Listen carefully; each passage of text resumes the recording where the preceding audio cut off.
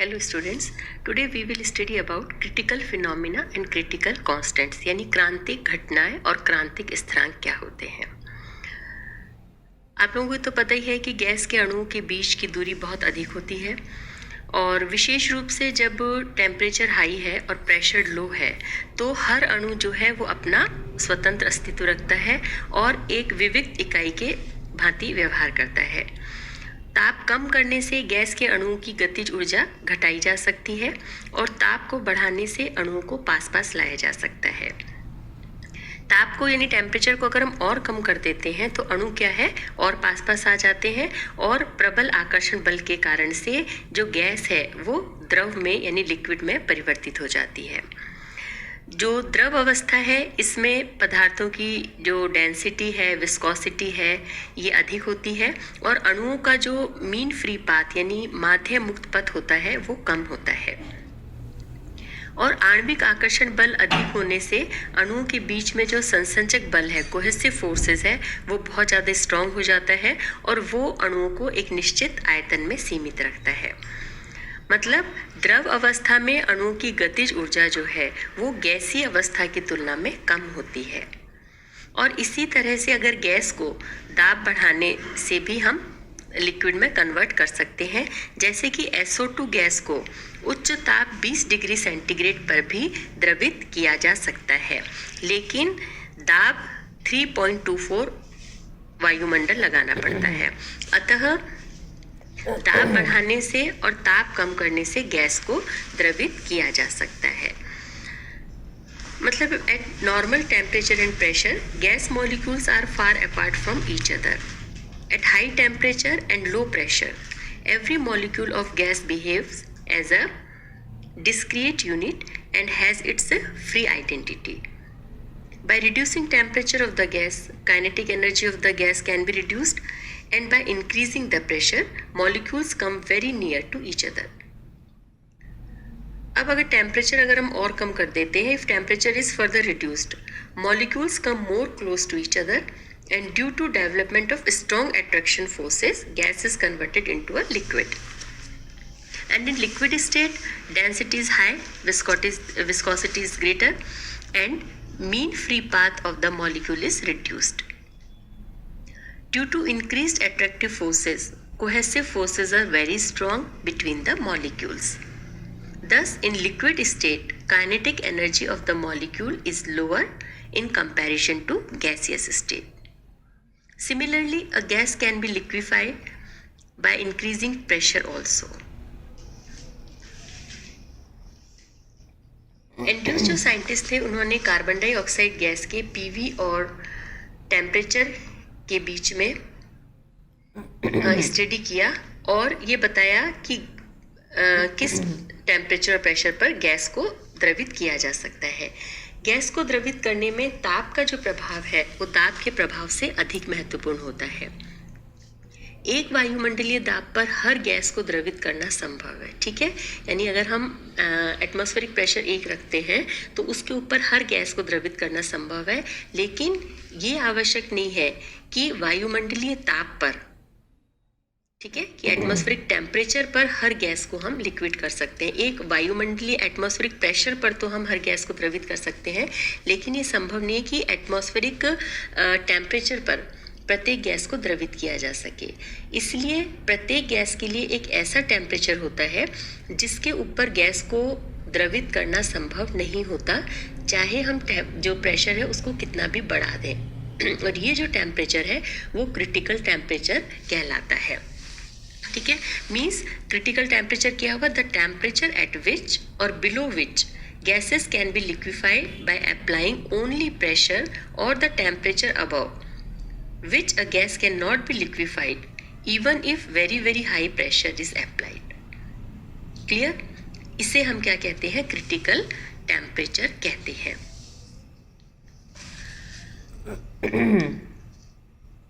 Critical temperature ये gas का एक कैरेक्टरिस्टिक प्रॉपर्टी है, मतलब ये हर गैस के लिए निश्चित होता है। जैसे कार्बन डाइऑक्साइड गैस का जो क्रिटिकल टेम्परेचर है 31 डिग्री सेंटीग्रेड है। इसका मतलब क्या हुआ कि इस ताप के ऊपर यानी 31 डिग्री सेंटीग्रेड के ऊपर किसी भी ताप पर कार्बन डाइऑक्साइड को द्रवित नहीं किया जा सकता, दाब को चाहे कितना भी अधिक लगा देते हैं हम। और क्रांतिक ताप पर गैस को द्रवित करने के लिए एक निश्चित दाब की आवश्यकता होती है, और वो जो दाब होता है वो क्या कहलाता है? क्रिटिकल प्रेशर कहलाता है। जैसे कार्बन डाइऑक्साइड गैस के लिए जो क्रिटिकल प्रेशर है वो 73 एटमॉस्फेयर है। इसका मतलब क्या हुआ कि कार्बन डाइऑक्साइड गैस को 31 डिग्री सेंटीग्रेड पर कम से कम 73 एटमॉस्फेयर प्रेशर लगाने पर द्रवित किया जा सकता है। ठीक है, क्लियर? और क्रांतिक ताप यानी क्रिटिकल टेम्परेचर और क्रिटिकल प्रेशर पर 1 मोल गैस का जो आयतन होगा, वॉल्यूम जो होगा, वो क्रिटिकल वॉल्यूम कहलाता है। जैसे कार्बन डाइऑक्साइड गैस के इसमें देखते हैं कि क्रिटिकल जो वॉल्यूम है वो 95.7 ml है।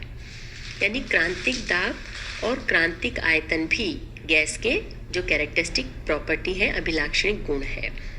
और जो ये क्रिटिकल टेम्परेचर, क्रिटिकल प्रेशर और क्रिटिकल वॉल्यूम यानी TC, PC, VC से इसे हम शो करते हैं, और इनको हम क्या कहते हैं? क्रिटिकल कांस्टेंट यानी कि क्रांतिक स्थिरांक कहते हैं।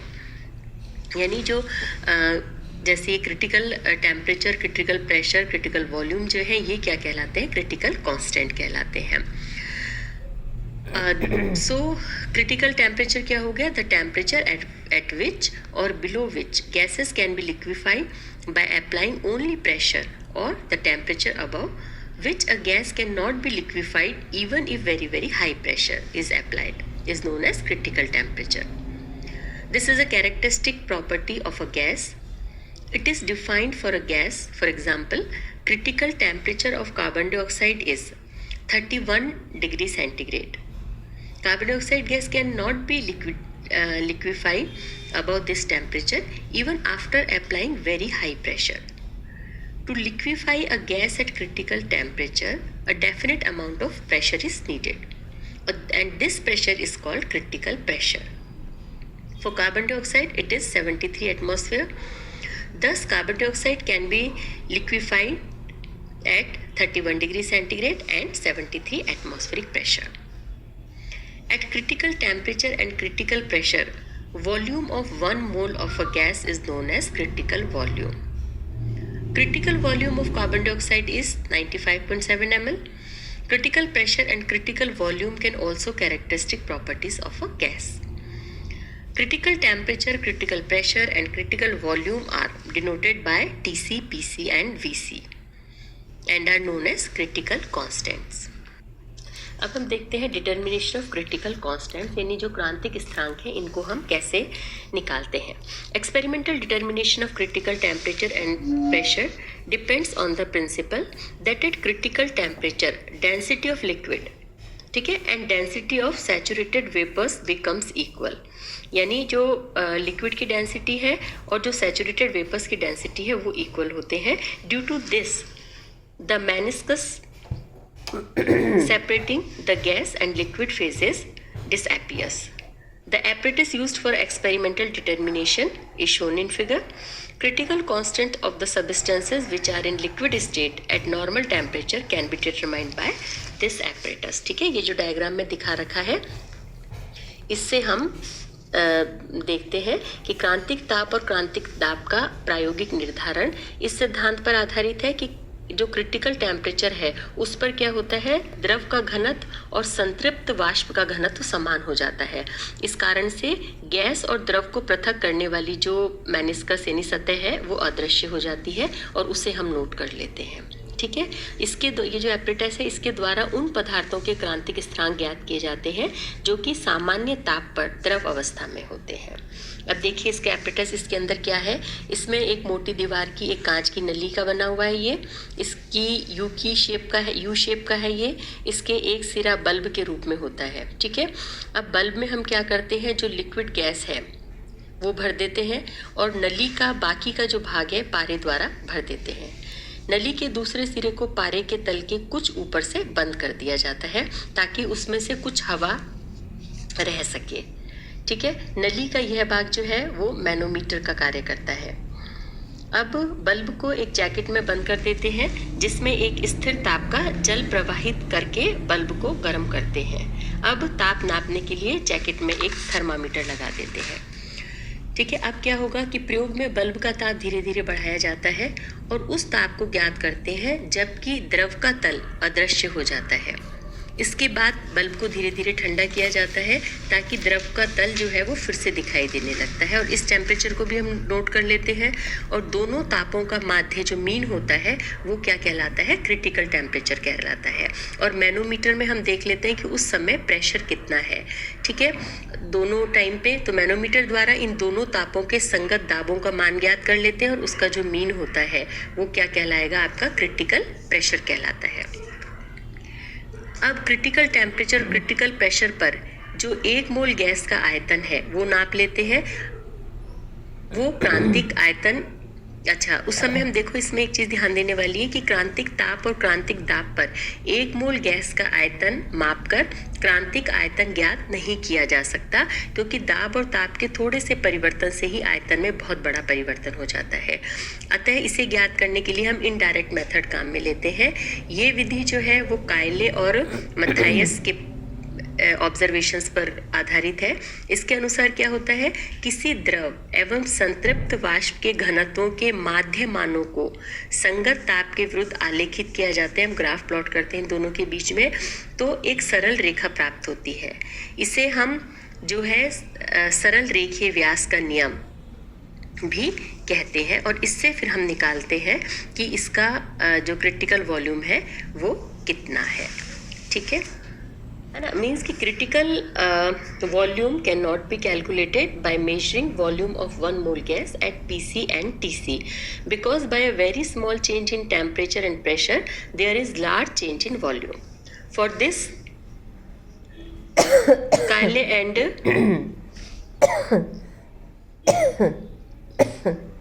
Matthias developed in indirect method on the basis of observations and formulated a rule. According to this rule, the mean densities of a liquid and its saturated vapors are plotted against the corresponding temperature. A straight line is obtained.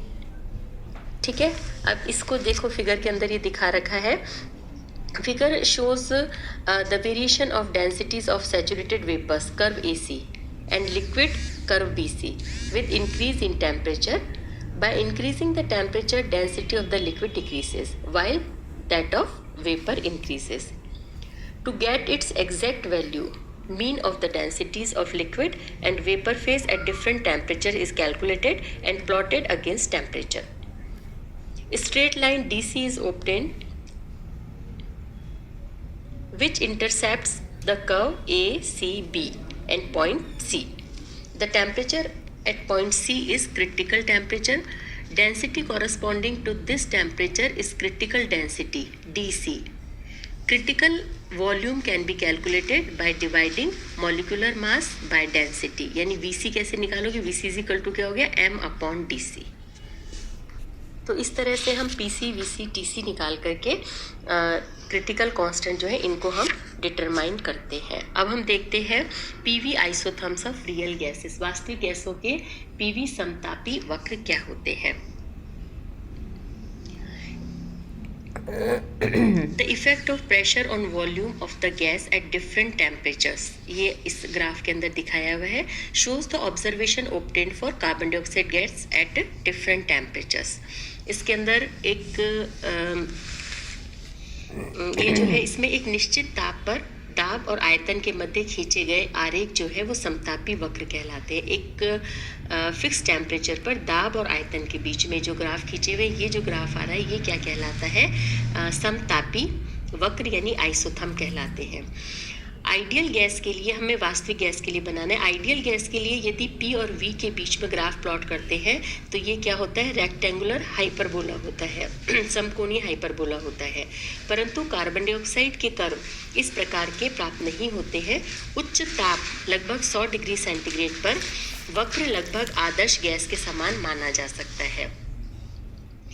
सबसे निम्न ताप 13.1 degree centigrade के समतापी वक्र इसमें diagram में देखो HIJK पर इसको ध्यान से देखो। H पॉइंट पर कार्बन डाइऑक्साइड गैसीय अवस्था में होती है, ठीक है। अब दाब बढ़ाने पर क्या होगा, आयतन कम होता जाता है। बिंदु I पर पहुंचने में गैस बॉयल के नियम के अनुसार उसके अनुसार उसका पालन करती है, ठीक है। परंतु I पर गैस का संघनन प्रारंभ हो जाता है और दो प्रावस्थाएं गैस और द्रव उपस्थित हो जाती है। तो गैस का संघनन बिंदु J तक होता है और IJ लगभग जो है वो क्षैतिज रेखा में प्राप्त होती है, अर्थात इस संघनन के समय दाब स्थिर रहता है, ठीक है। अब देखो J बिंदु पर पूरी गैस द्रवित हो गई।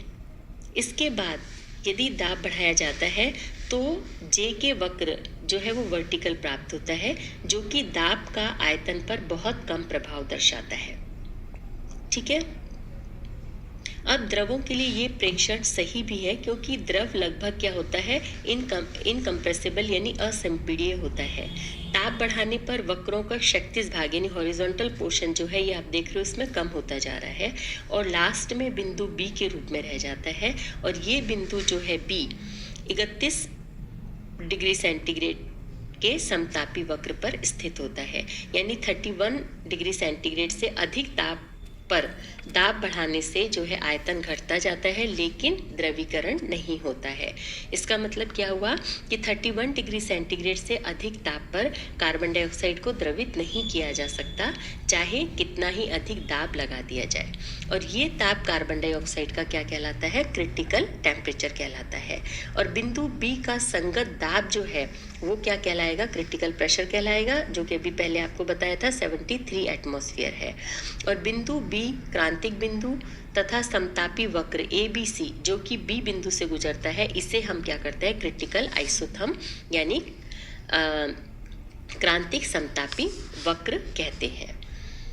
समतापी वक्रों के क्षैतिज भागों के सिरों को यदि मिलाया जाता है, ठीक है, इसको देखो आप पे मिला के, तो इसमें ग्राफ में शो कर रखा है, एक पैराबोला प्राप्त होता है जो आपको इसमें यहाँ पे दिखा रखा है।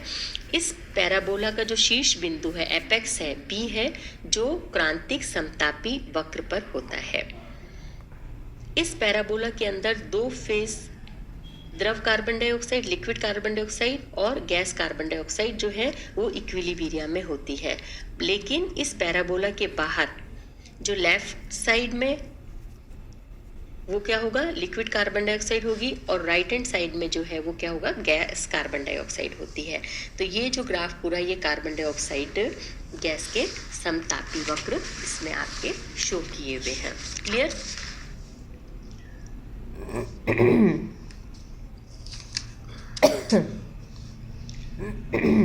तो ये कर्व से इसमें आ गया समझ में। अब हम नेक्स्ट उसमें पढ़ेंगे कंटिन्यूटी ऑफ स्टेट, यानी कि अवस्था सातत्य क्या होता है।